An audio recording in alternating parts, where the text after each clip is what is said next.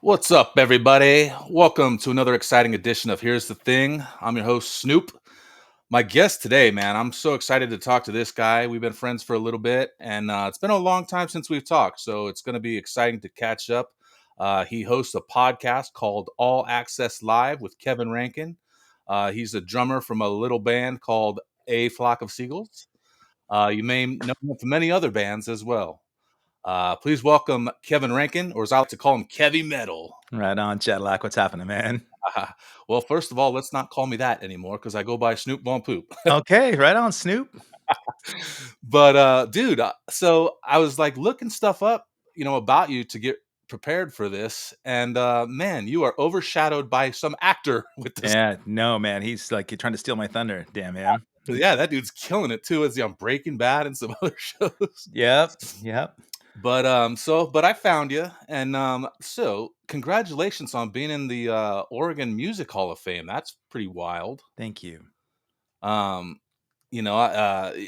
so let's start at the beginning of you. Like, did you grow up around music? Were your family into music? Like, how'd you get going? Yeah, my dad was a musician. He was a Dixieland jazz player.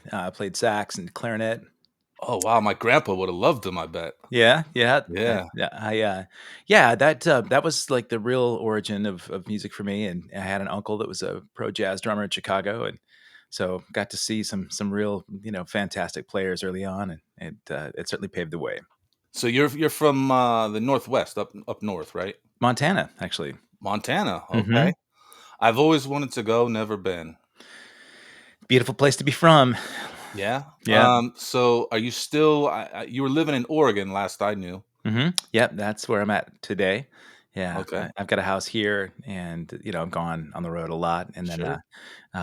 I'm trying to relocate to Vancouver, BC this year, so Really? What mhm. uh what makes you want to go up there? I've got a beautiful girlfriend who's, Oh, well wow. established there, and so, yeah, we talked about different locations, but she's up there taking care of her mom, and I've been down here in the States taking care of my mom, and so we'll do a lot of bouncing and back and forth, but I'm up there almost every minute that I'm not on the road.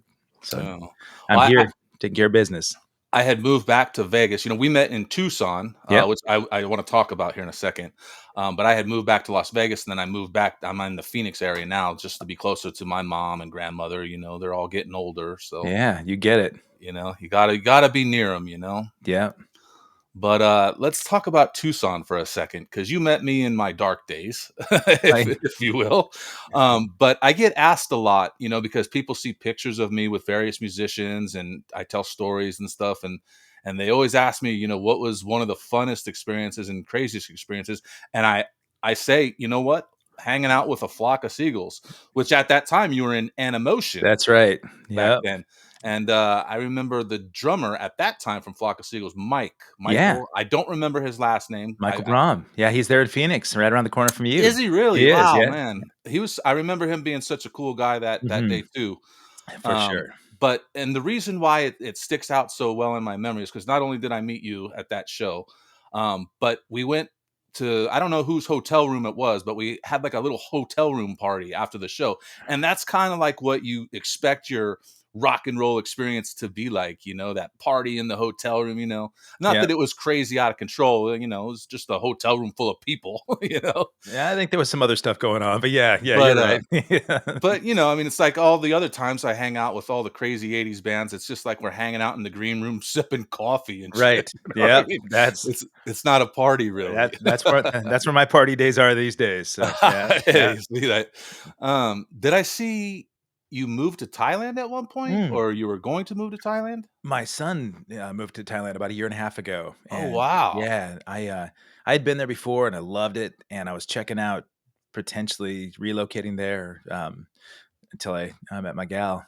So yeah, that's still on the horizon for maybe a destination spot for a retirement home. And just have you been? No, I've never really been out of the states. I mean, I've been to Mexico, but I don't know if that counts. Sure. Yeah, it counts. Different cultures. Yeah, Thailand's incredible, man. I love it. Just beautiful people, beautiful culture, beautiful food, Well, and that's cool. Your it's kid's over affordable. there now, huh? Yep.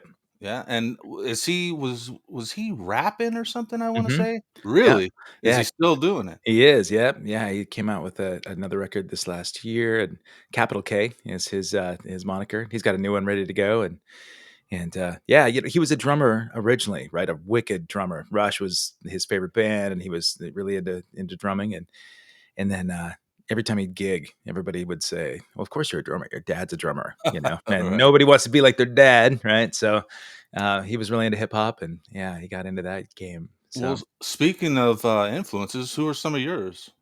drum wise, or Yeah. just in Yeah, general? drum-wise. Yeah.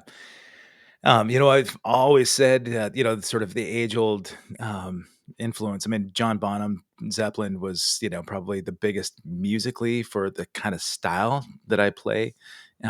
He was apparently kind of a piece of shit of a human being, right? But hey, I can swear on the show, Of right? course, of Okay. course.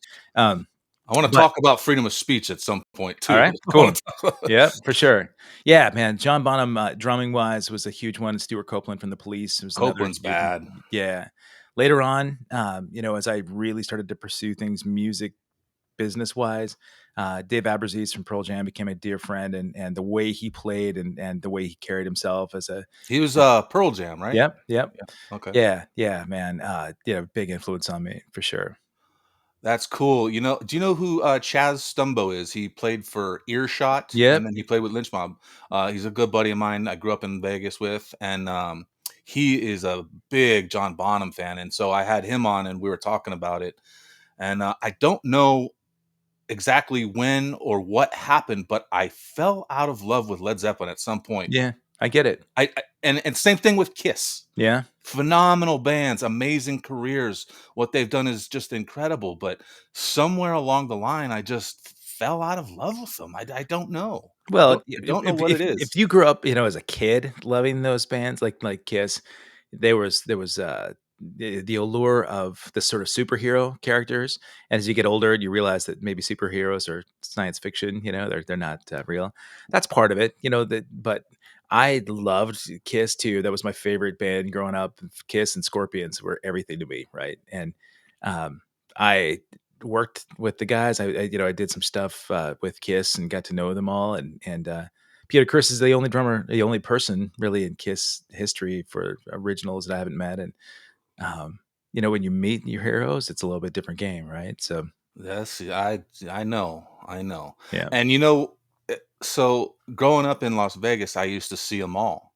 yeah, Every time they'd come through, and I was younger than most everybody in the scene, but I was always hanging out at the clubs with all the rockers, and so I got to meet a lot of them, and I kind of got disgusted by a lot of them. I'm not going to name names, yeah. Of course, but it just kind of turned me off a little bit. Some of their behaviors, and even a lot of the fan behaviors, kind of turned me off. Like, oh man, and so that's kind of why I don't think I really pursued a career in music. I kind of just kind of stepped aside from it, but I've always been close to it and hung out with people, and. isn't that a kind of a bummer, man? I mean, like really, if you think about how much it meant to you early on, and if it dissuaded you from wanting to pursue something in music?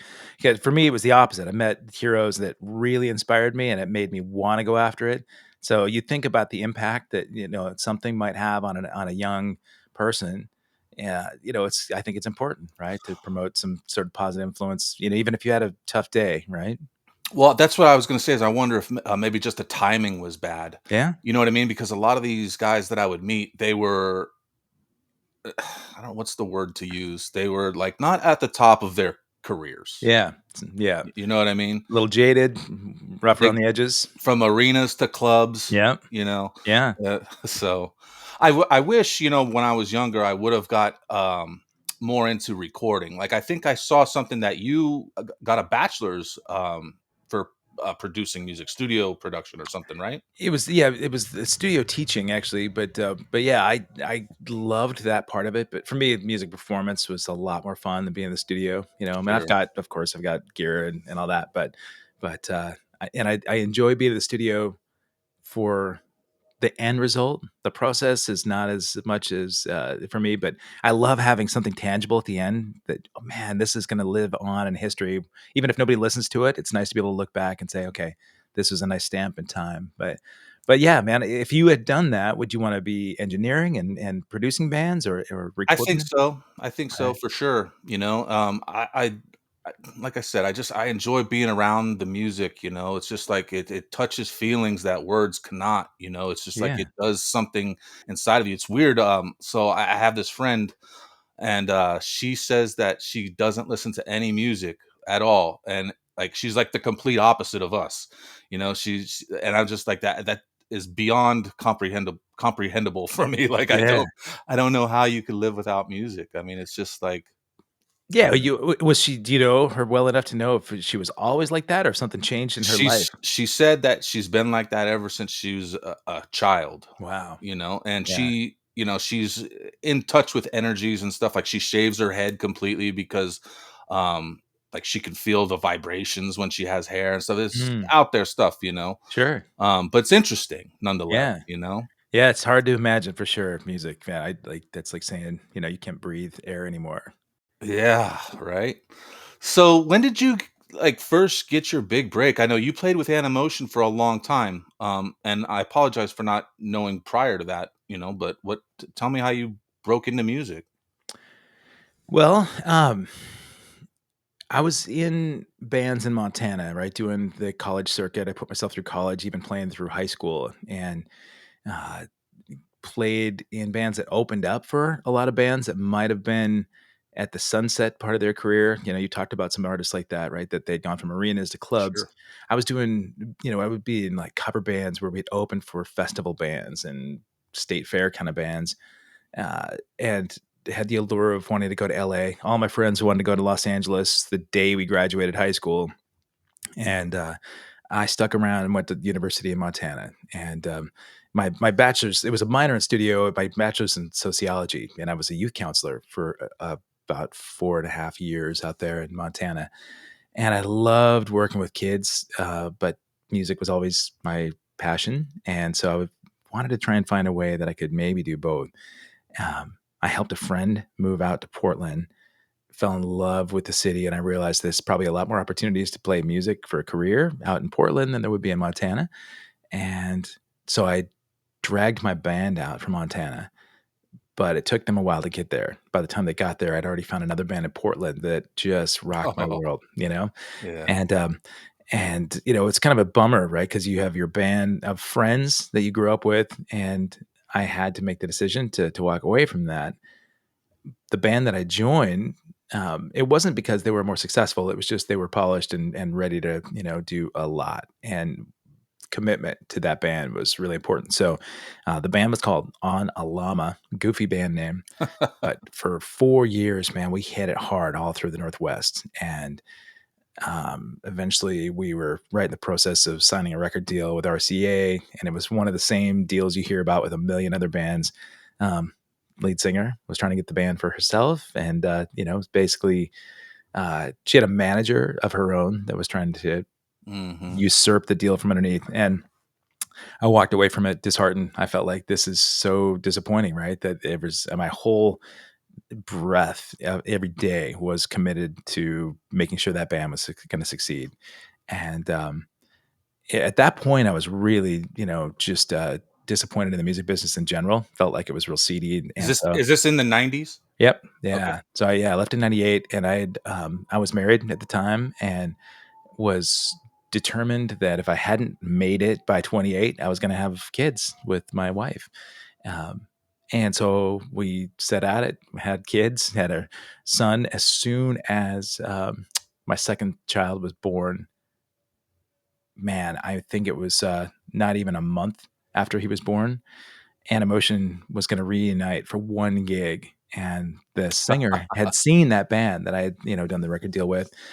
He knew my name and called just to say, if you want to just do this one gig as a reunion gig, let's get together. And we hit it off before we even had any kind of sit down playing music. We were just, sitting down over a beer and talking. And he was so cool. And I loved the idea of playing with one of those bands that I was roller skating to as a teenager. And it happened to be on my birthday that we got to reunite for one gig in Fresno, California. The rest of that band had done a ton of other stuff in the downtime when Animotion was kind of on the down, and, The guitarist had been with Rod Stewart for a long time. The keyboardist, man, he was like the keyboardist on the Thriller record with Michael Jackson, Wow. played with a ton of different people. And that guitarist said, "Man, where'd you find this drummer?" And the singer said, "Yeah, he's this heavy metal drummer from Montana." And I snagged him in Portland. And they said, "We need to do more gigs." And it turned into almost 16 years of a lot of gigging, which led me to meet you. Yeah, yeah, dude, that's awesome, man. I love, hearing the origin stories, Yeah. from people. So when I talked to Brett Perozzi, he was guitar tech for Snake in Skid Row, and now he's out with Tesla.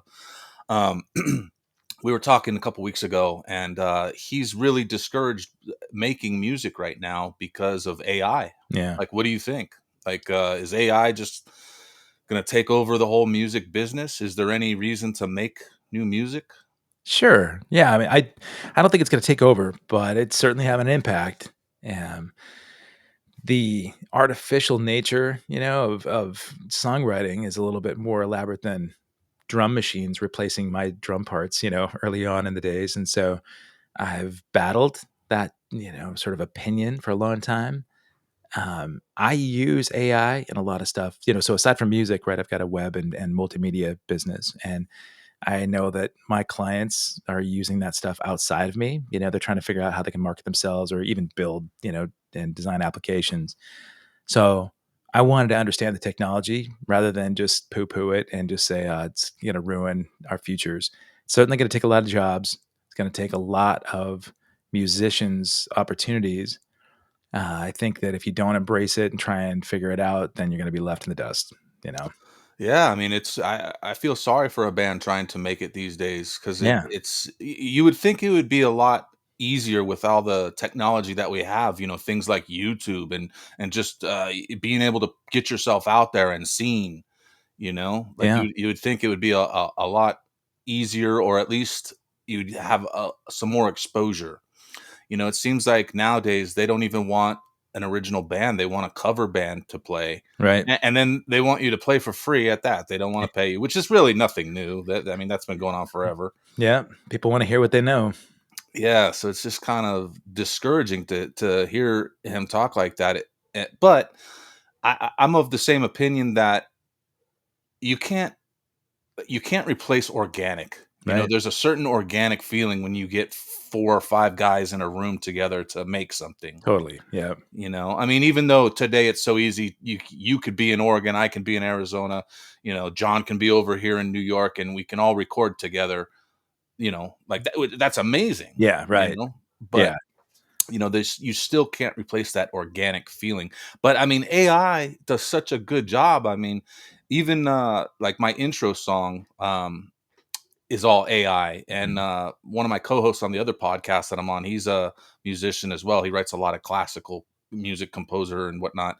And he had no idea that it was AI. He was like, "Oh man, I thought that was just an original like 50s style song. It's a Guns N' Roses song done in like a 50s style. It's Is Mr. Brownstone, is but that the prompt you used? is it the prompt that I Yeah, use? the AI prompt. If you created it in AI, did you go in with an I engineering didn't prompt? create it. I Oh, found okay. it, but I Okay. know, Oh, but it was made by AI. gotcha. Okay. Yeah, and there's a bunch of cool things out there. Like we were listening to a Metallica reggae one a few weeks back, Those are which is pretty. nuts, man. Yeah, when you can find in really sort of interesting reboots of a band or an artist that's not living anymore.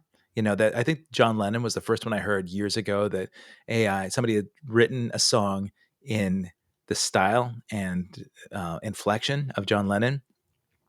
And even like 2 or 3 years ago, it was really tough to tell.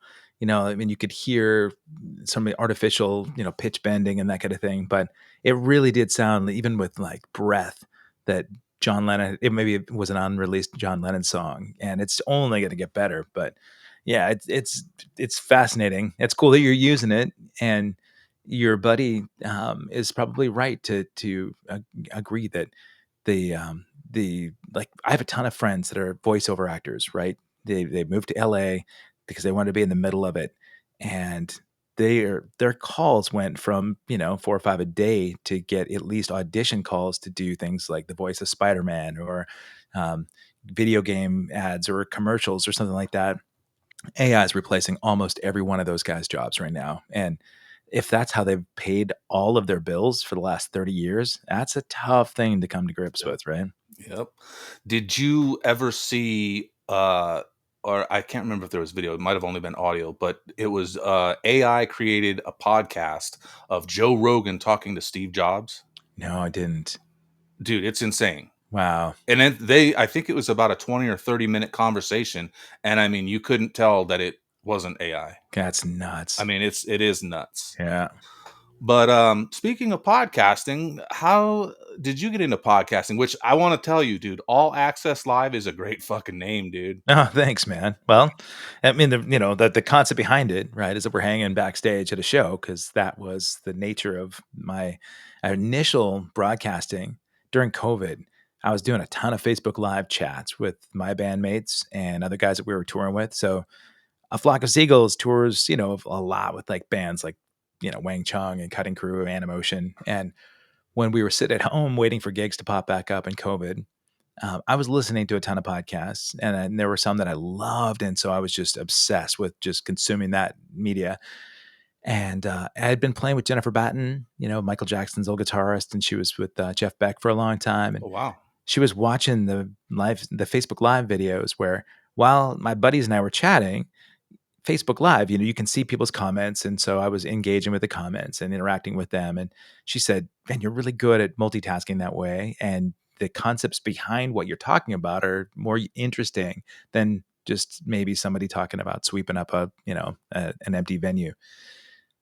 She said, "You should consider a podcast," and I was thinking, "Man, everybody, on the planet has a podcast, and I'm not sure I really want to do it, but maybe if you did an episode with me, I'd give it a shot."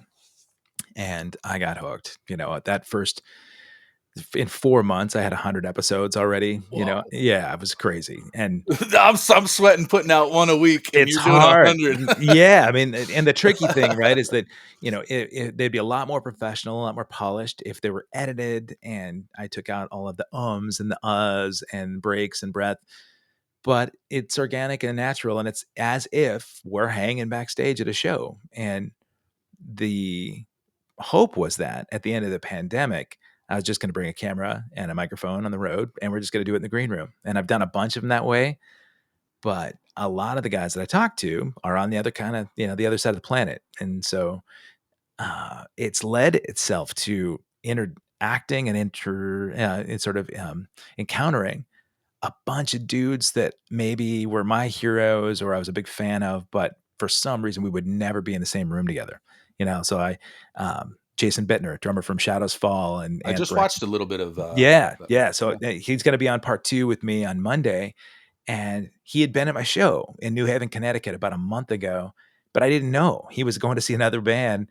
And I reached out to him. We'd been Facebook friends for 5 or 6 years, I think. And I said, "Man, it's nuts. I've been a huge fan of your drumming. I don't know how you made it backstage without me meeting you, but I'm a big fan, dude. I'd love to have you on my show." And we talked pre-interview, just as we set up the first one for, I don't know, an hour, and there was so much, man. He had every story under the sun, super cool dude, and I thought, "Yeah, this is what I love about it," right? It's as if you were waiting in line for another show. You hit it off with somebody and you click so well, and just happens to be that those guys have incredible stories that they can share, and it's a natural thing for a podcast. Yeah.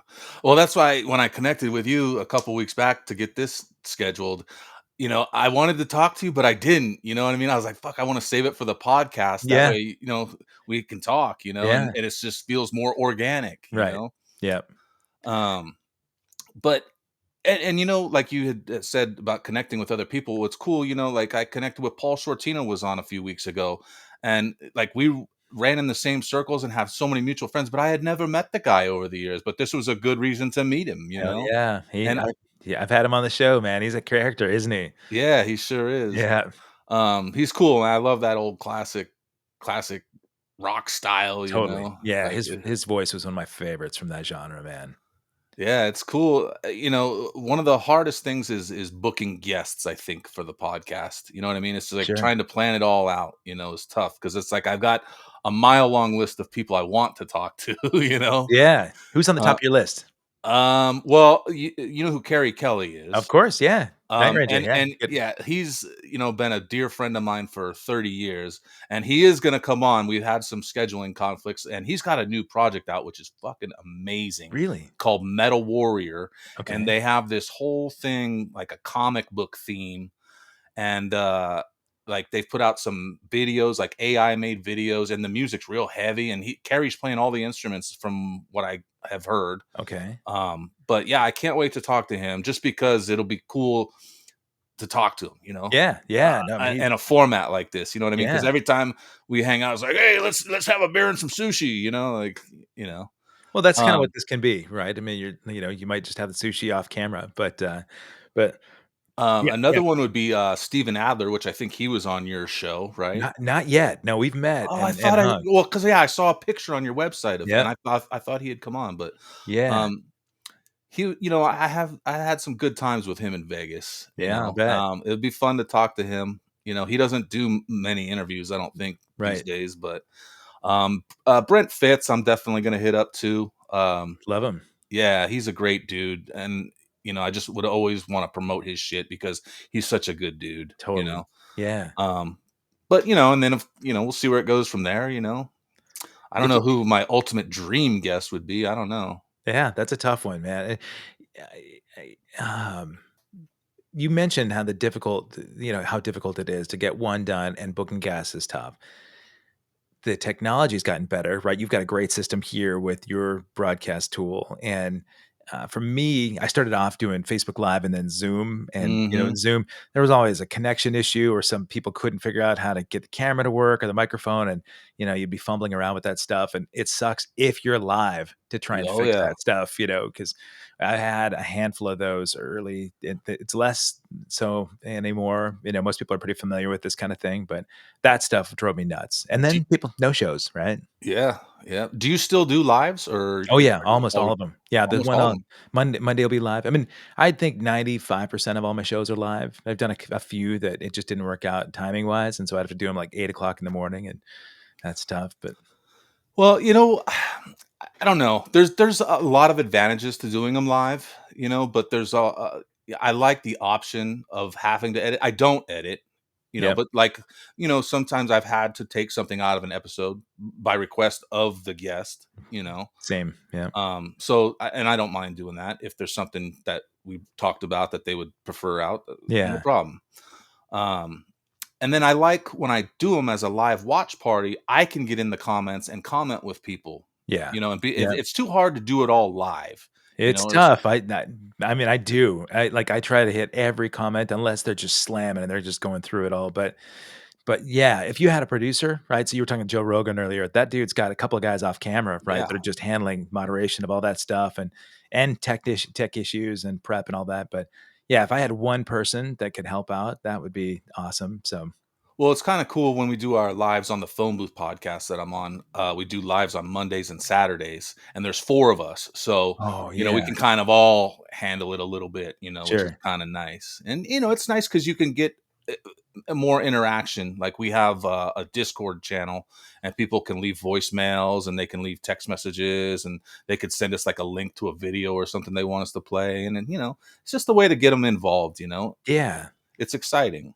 I Um, but keeping with the podcast theme now, because we enjoy our freedom of speech. Like, what do you think about what's going on? Like with Kimmel got fired, and yeah, it's fucked up, man. It really, really bothers me. it bothers me too. And not because I'm a fan of Kimmel per se, but I am a fan of free speech, and I don't think that we should. I guess there's many different ways to look at it. You can say, well, it was his employer got rid of him, so his freedom of speech was never um, compromised or whatever. But in a sense, it was. Yeah, that's bullshit. Yeah. I Yeah. don't want somebody telling me I can't post my podcast on YouTube because, and then it already is that way. Oh I, yeah, I get flagged for shit all the time. I'm sure. Yeah. Yeah, I mean, the nature of the broadcast, right? So YouTube has their policies and procedures, their terms of service, and if there's content in there that violates the terms of service, and they flag you or they take it down, that's a prerogative. It's our privilege to have it on the show. So there is that angle. Uh, you know, I'm not a fan of like Kimmel's comedy either. I just think there are other guys on TV that I thought were funnier. I thought his comment, because it was related to, they said he was making fun of Charlie Kirk's death, which he wasn't.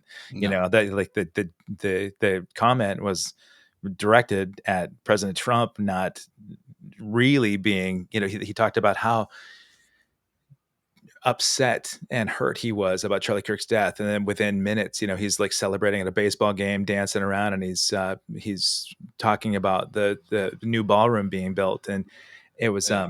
if your best friend just got shot, we wouldn't be there, right? So that was Kimmel's joke, and Yeah. yeah, so he was pushed out for it, and Well, I do. Let me ask you this: do yeah, you think they were just using that as an excuse to maybe get rid of Kimmel? Because let's be honest, late night ratings are dismal anymore.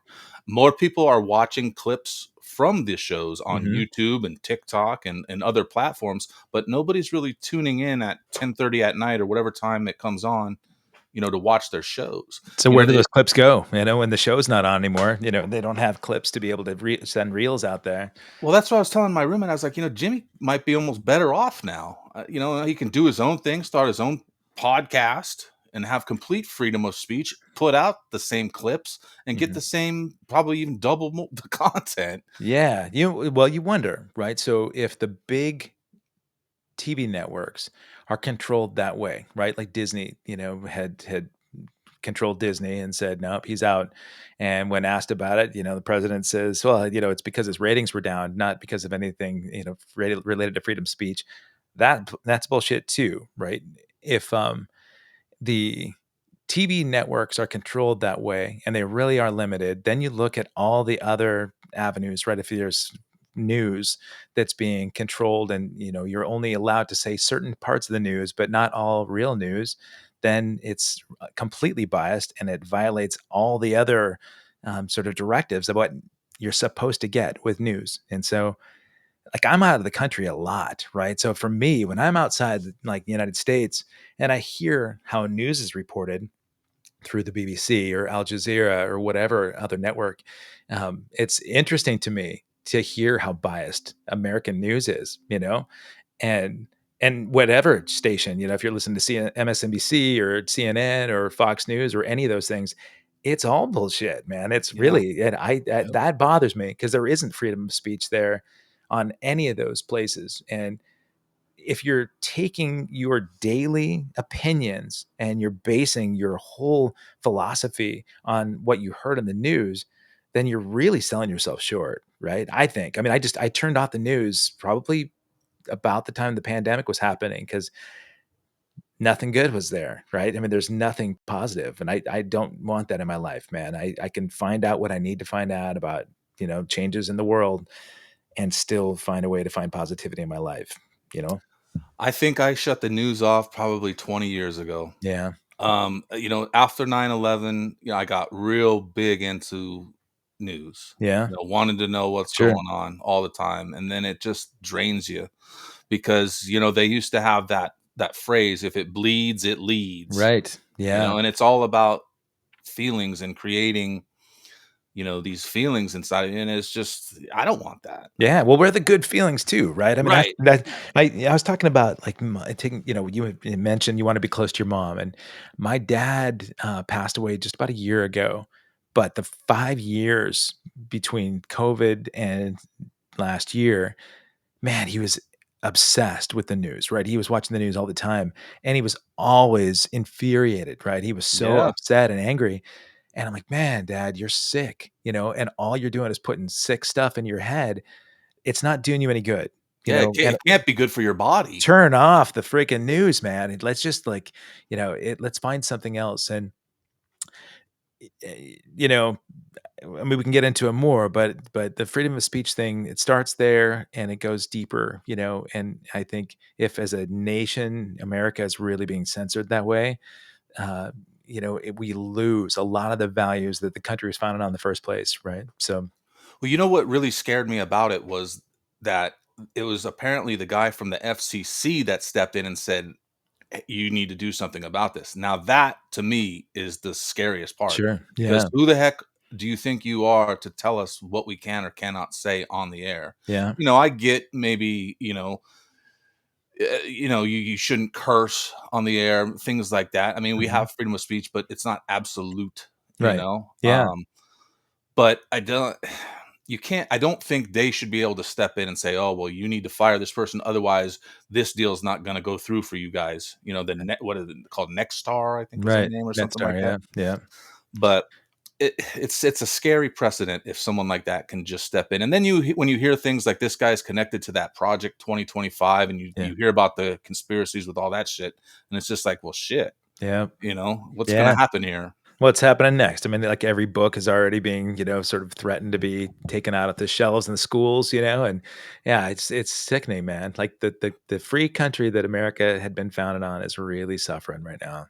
It really is, and a lot of people don't even care about it, you know? That's really sad, right? Yeah. I mean, if some topic doesn't relate to you, I understand why you might focus on something else, right? And that for me, I mean, I'm a dad, right? So I think about how the world is going to be for my kids, and that really, really bothers me. That's why my kid moved to Thailand. He's done with this, man. He felt like, and we talk a lot about what's in your control. Like that whole idea of you pick and choose, and if there's something out of your control, then it's wise to know the difference between what is and what's not and focus all your energy on what you can control. You can turn off the news, and if you really don't like the way that a direction is going, you can leave. I mean, there's a beautiful, that going to Canada sounds pretty damn good to me right now, for one of those reasons. So Let's be honest, it's just because of the legal weed, right? I don't even smoke, but my girl is like big in the cannabis industry. Yeah. So that's her Oh, thing. that's cool. And it's legal in Oregon too. Yeah. It's legal most places that I'm at, but Shit, Oregon, almost everything's legal now, yeah, right? Or that's it's yeah. decriminalized, they say. Yeah, they shut a lot of that down because they realized that that was an experiment that didn't work fully. Yeah. And another thing about this free speech is I hate when people try to make it a right left issue, because it's Right. not. It's It's not at it's all. an everybody issue, Yeah. Like, Yep. I want you to be able to say what you wanna say. If you wanna badmouth Charlie Kirk's death, go ahead. Yeah. I want to hear you say it, because I want to know where you stand. That If helps. you're gonna offer your opinion, I want to know. Yeah. Yeah, man, I mean, I like, most people I know, whether you've agreed with his position in politics, nobody wants to see somebody die because of an No. opinion, right? And there are a lot of conspiracies about all of that stuff too, and I like hearing them. I like hearing where people go with a lot of if their opinion about who who holds the purse strings and who pulls the puppet strings, for assassinations or terminations from positions, and I can take it, I think, with some skepticism, but also you can see that there's some viability in people's arguments too, right? Well, we talk about a lot of those things, like, on the other podcasts, and that's why I try to keep this one not Sure. bad, you know what I mean? Yeah, And it's right. funny because I had, the other guys on the podcast, I had them on one of my episodes, and, the one guy was like, "This podcast really felt, like, wholesome. It wasn't so dingy and dark." And I was like, "I know, that's how Yeah, it's supposed to be." yeah, we can get back to wholesome, man. That's good because that is what I choose for my day for sure. I just don't wanna live in the I don't even know what the right word to use is, the darkness, Yeah, just the overall shit of it, yeah, because like, you're right, if you shut the news off and don't pay attention to it, you don't get bothered by it. You step outside, you do some grounding, put your feet on the earth, yeah, get in tune with it. yeah. um so, but sometimes it's hard to avoid talking about sometimes. Yeah, well, it is surrounding us for sure. But again, I mean, when you point out the idea of perspective, so you get that stuff off your chest. Maybe you can commiserate with somebody, whether they agree with you or not. You voice where you're at, and then you refocus and you reset. And I have to do that, man. I mean, really, I started having to do that in the pandemic where my day would start off writing like a little gratitude list, and I know that it sounds real trendy and trite now, but I had to because I started focusing on all the things I couldn't do. Right. The pandemic really kicked my ass, man. A lot of musicians that we were talking to talked about identity crisis because Sure. what we did defined who we were, right? And when we weren't able to do those things anymore, then you started having a real crisis about, man, what's my purpose? And, and really, where's our future? And as that kept getting extended, right? So at first we thought, well, I probably won't have any gigs for 3 or 4 weeks. And then it turned into T 2 years of Yeah. no gigs. And that was a challenge for sure. Yeah, no, I'm totally into stuff like that. I did, a Tony Robbins program probably 25 years or so ago, Right on. and that really changed my perspective on a lot of things. You bet. And it's just those simple things of making those lists of that to-do list. And you get a sense of accomplishment when you can check something off that list. And it's funny, like, because people don't think of things to put on their list, but it could be something as simple as a phone call you've been putting off or something. Like, Yep. I need to call so and so, but there's something stopping you from doing that, and you maybe don't even know what that reason is. Right. And then you finally make that phone call, and it goes great. Yeah. And then Yeah. you realize, well, shit, I had nothing to even be worrying about. Why did I Right. even put that off? Yep. And it just like teaches you those type of things, and it's really amazing some of the stuff that I mean, Tony Robbins is great, Yeah, for I sure, mean, man. If anybody that would dog him probably hasn't even watched, like some of his, like sort of his seminars, and yeah, he had a Netflix thing that came out a couple years ago that I watched, and um, there's a part that they sort of, you get the hype session, right? And you get the rah rah about, like just somebody else's success stories. But when you really look at the principles and you look at it, it's all positive. It's really great, productive stuff that can change your life, man. So whether it's Tony Robbins or even just the Dalai Lama, there's a ton that you can do, and you should do. Otherwise, people sit around and bitch about stuff and don't make any changes in their life, and then they end up dying miserable, right? So, yeah, so good on you, man. and I'll tell you, it's not easy to do either. Right? It's Like, I but was it gets doing easier. well, I don't know. It So I was doing the Personal Power 2 program, which is a Okay. 30-day program, and you listen to about 45 minutes to an hour CD every day, and then you have like a little homework assignment, and then you do that Monday through Friday, and then on the weekends, you just listen to like these subliminal CDs that give positive affirmations, and it's like real like jazzy type music. Right. It's pretty cool. It's not bad. Um, and it's great for like listening to during the week too. Like if you're driving to work or something, just pop in one of those music CDs. But I only got through about 10 or 11 days of it, man. Yeah. I mean, it Yeah. Well, there's really there's a commitment. That's like working out or anything else, right? I mean, it just gets intense, but I know you can definitely see the benefits from just doing even a couple of days. You can see the benefits if you stick with the whole program. Yeah. I'll bet you notice that you talked to people differently and you hear people differently, right? Because you start to notice things that they would say. You can pick out the benefits and the positive things that they would say, or you would even approach things a different way that Definitely.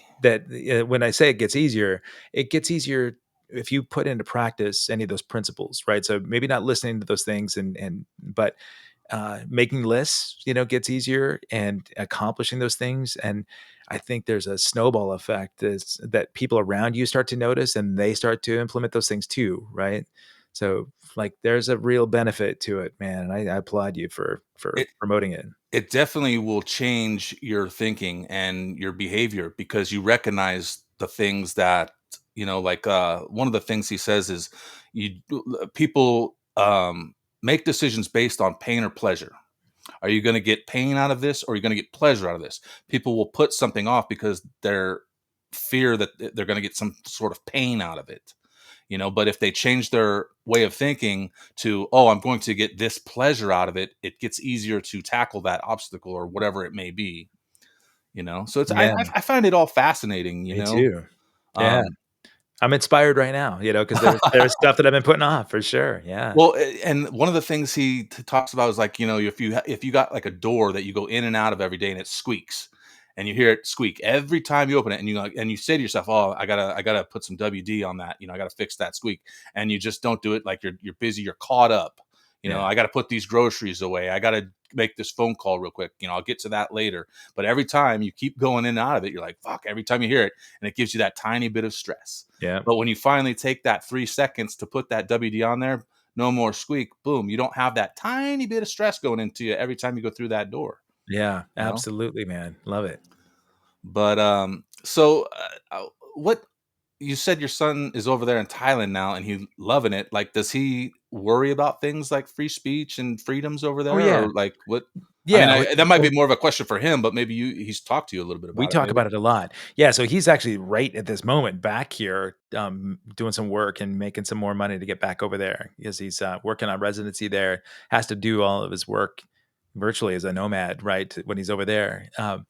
But we talk a lot about free speech. He's got a show of his own that he wants to start up, and we've got some philosophical differences about the way that we see the world, and also some similarities. And I like that fact that he doesn't want to think exactly like his dad does. That's important. Sure. uh, but he he researches a lot, and he is really disheartened by the insidiousness of the purse strings that control the media and government and all that kind of stuff. And Hmm. what he really has told me, what he really wants, man, is to just be able to have enough to finish his plot of land, build his house, have his family there, turn off all news, all social media, and just be able to focus on living a peaceful, happy life. And a lot of people in Thailand are doing that, right? That's how their culture is set up, and it's admirable, and I like the Yeah. idea of that.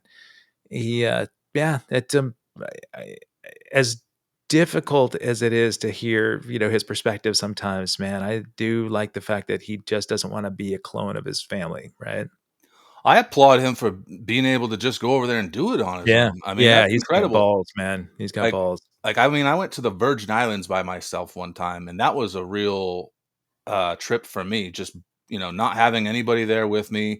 Phone didn't work, and it's just Yeah. like, and I was trying to get into where I was staying, and I couldn't, and I ended up in the wrong condo, and like, I mean, it was a whole crazy thing, and there was no way to get a hold of the person to contact them. But it was just like I didn't give a fuck, man. I Yeah. was just like, I'm gonna go with the flow and not Good for care. you.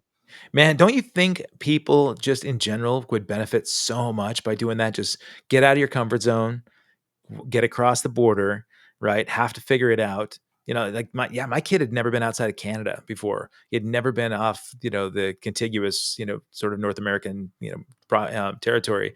And I told him how much I loved Thailand when I visited, like back in 19, and he researched a lot about it and just he went for it, man. He bought a one-way ticket, and I Wow. think, yeah, it takes balls. Yeah. I know a lot of people might not have wanderlust and wanted to experience the world, but I think it's important to see other cultures and see how differently people live than the people next door to you. I think it really helps perspective a lot. So you've been all over the world. Mostly, yeah. Where's like your favorite place or a couple places that you really dig that, you know? Well, I mean, Thailand was one of them for sure. I love it, and some of my favorite countries are like Austria and Switzerland. Just the views, the mountains there are incredible, and I'm in Western Europe a lot. The band originally based in Liverpool, so we're over in England a lot, and Belgium and France and Germany, and I was this last year in Australia. That was a really fun experience, and Singapore was mind blowing. And Wow. we did the Philippines, and the people there were incredible, and the gig was awesome. And I spent like 5 days kind of trying to understand their culture. And it's funny. I mean, story wise, they put us up for like 5 days at a gorgeous hotel that overlooked slums in Manila, and I'd never been before. And I love to get on the street and walk. And another friend of mine and I talk about this a lot when we're touring. One of my favorite things to do when we're on the road, first thing we can do if we can make it before sound check is find the highest point in whatever city we're in, so you can look around, scan the area, right? You can get the whole perspective of the landscape. And so Manila, 5 o'clock in the morning, I land. It's like a 28-hour flight to get there Mm. with multiple rounds. And you're just exhausted. But I get in at 5 a.m., take a shower, and I just I didn't know the area. I hadn't researched the area other than knowing about a bit about, like, military involvement there back in World War II. So I wanted to go find a fish market. I wanted to go explore the seaside, and I'm on the street. I'm Facebook Living and doing some pictures to be able to share back with the family and all that. And for the next 5 days, they treated us like kings. The gig was in a soccer stadium that held like 25,000 people, and the people there, they know struggle, man. I mean, like families, a household makes like $6 or $7 a day Mm, American, and they're selling tickets for a show for 75 bucks, man. I'm damn. thinking that's like a month's salary for these people. This is crazy. And I felt Hey, guilty. ticket prices are almost the same here nowadays. I know, but I feel bad, right? I mean, I'm feeling really guilty, right? That these people are giving so much. Loving the people that I'm meeting. I'm all over the place, man. I'm finding parks. I'm trying to find like solitude and quiet. And I try to do like every day, I post a video of like 60 days or 60 seconds of serenity so that it'll be in the Facebook algorithm so that it'll come back around next year or the next year. And I could see, oh man, on September 19th, 20th, whatever. Um, this is where I was. And for that point in that day, I could find 60 seconds of serenity. So I found all this stuff in Manila. I'm finding amazing parks and amazing people. The promoter for the show comes up to me at the end. We were on CNN, right? So he comes up after that and he goes, "Man, you've been posting all over the place on social media about Manila." And I said, "Yeah, dude, you've got a beautiful city." And he said, "But we had personal security for you everywhere. Why didn't you use it?" And I'm like, "What? No, man. I'm just I'm just the drummer of the band." And I usually have purple hair, right? So I was like, Yeah. it's not like I mean, I may have stood out a little bit, but he said, yeah, he said, whether you think so or not, he said, take a look at Google and see how many American tourists are kidnapped for ransom here. And I felt like such an idiot, man. He Yeah. said, yeah, like these people will get, a lifetime of salary by just making you disappear Damn. for a while to get ransom. I don't know that anyone would pay my ransom anyway, but it was a interesting perspective, that I had never thought about before. Right. That is wild. Yeah. So I got to ask you this because I ask all the musicians: you ever shit on a tour bus? Nope. There's no number two on the tour on the bus. That's the See, rule. Number one so, rule. so people will say that you say that you're a liar because everybody does the bag, shit in a bag at Yeah. some point. No, I'm going to be completely honest with you. I've been playing professionally for 40 years next year, and Did you and say I'm 40? yeah, I'm Wow. 54 right now. Wow. Started playing at like, bars professionally, like right at 15, 16 years old. But touring wise, I have been only touring for about 30 years, and I've never toured on a tour bus.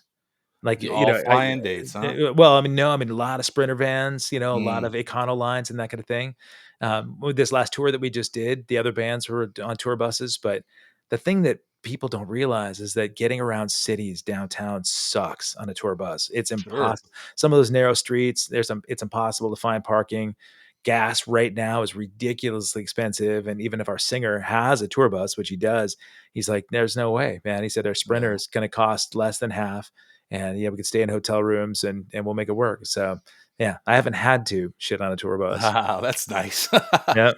One more thing, and then we'll wrap it up. I know you're a football fan, Yep. and I miss seeing you post your season tickets because you got some of the best season tickets I've seen anybody have. That's right, man. Go You still Hawks. you still have them? I do. Yeah, yeah. They're playing Saints on Sunday, and unfortunately, I gotta miss it again.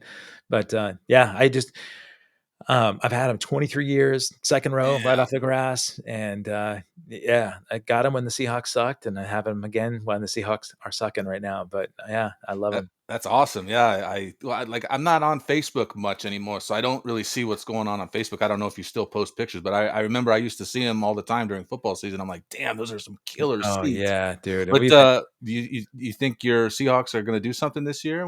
They're 1-1 right now. they are 1 and 1. I think they're better than most of the analysts say, but yeah, man, I after losing to the Patriots when we didn't hand the ball off to Marshawn, something changed in me, right? Where my fanaticism waned a little bit. I love my Hawks, man, but, I don't I'm not putting on face paint or anything anymore, and, I, and there are a lot of other things in the world, right, that got more challenging, so, when if my team doesn't win, it doesn't break my heart the way it used to. It's a disappointment, but, it's probably more disappointing to the guys on the team and the coach than it is to me, and, I know that might make me sound like a fair weather fan, but I care more about my family than I do about theirs, Sure, so. sure. Last week, we went to watch the morning games at a local place out here, and, it was packed full of Seahawk fans Really? Oh, doing yeah. doing the chant, "Seahawks, Seahawks." I was like, "Oh my god." No. Meanwhile, my Bears are getting their ass handed to them. Yeah, that's your team. Yeah, man, Yeah. Caleb Williams is better, I think, than people admit to, but Yeah, in yeah. fact, shout out to Bare Bones. I just won this hat Oh, nice. in a contest. It says Bare Bones on it. Awesome. And, shout out to Mason and Second City Gridiron. You you guys have taken us out of some NFC, like, championship games before, so yeah, we lost a wild card game to you, like, it was so tough, man. I was at that About game. 2009 or 10, That was it? sounds right. Yep, Yeah, I yep. remember. Field Yeah. goal to field goal to seal it for damn you. But, you got anything you wanna plug? Let's see, we got kevinrankin.com, and then, your All Access Live is, at Access Kevin on YouTube. Mhm. And how often do you podcast? You just do it mostly when you're home, or do you do it on the road too? I do it when I'm on the road. It's tough. We just did this big tour, nationwide US tour and some of Canada, and I did a few backstage, but it's tricky because everybody's schedules are tight. Sometimes the Wi-Fi connection's not solid, right? Yeah. But, um, I'd love in a perfect world, 2 a week is awesome, and, I've got a handful of decent, opportunities coming up, some great guests, and, like, accesskevin.com has the archive of all the shows. I've been starting to whittle down and take away some of them that I felt like weren't, as professional, and, some stuff like family, I had some family episodes in early on in the day to sort of show some respect to them, and I think maybe take those out of there and just replace those with amazing new guests. There it is, man. I love it, man. I would have to say you probably influenced me a little bit to do podcasting because seeing you start one, and then like I talking to, do you know who the hair metal guru is? No.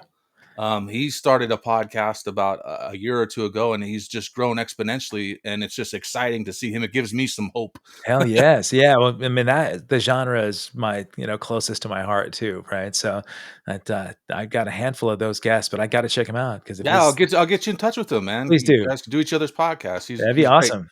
But I'm gonna wrap this up here. Don't hang up just yet, and we'll catch up here after. Sounds But good. thanks a lot, Kevin, for talking today, man. It's been a blast. Snoop on poop, buddy. I appreciate it. Thank you. All right, buddy.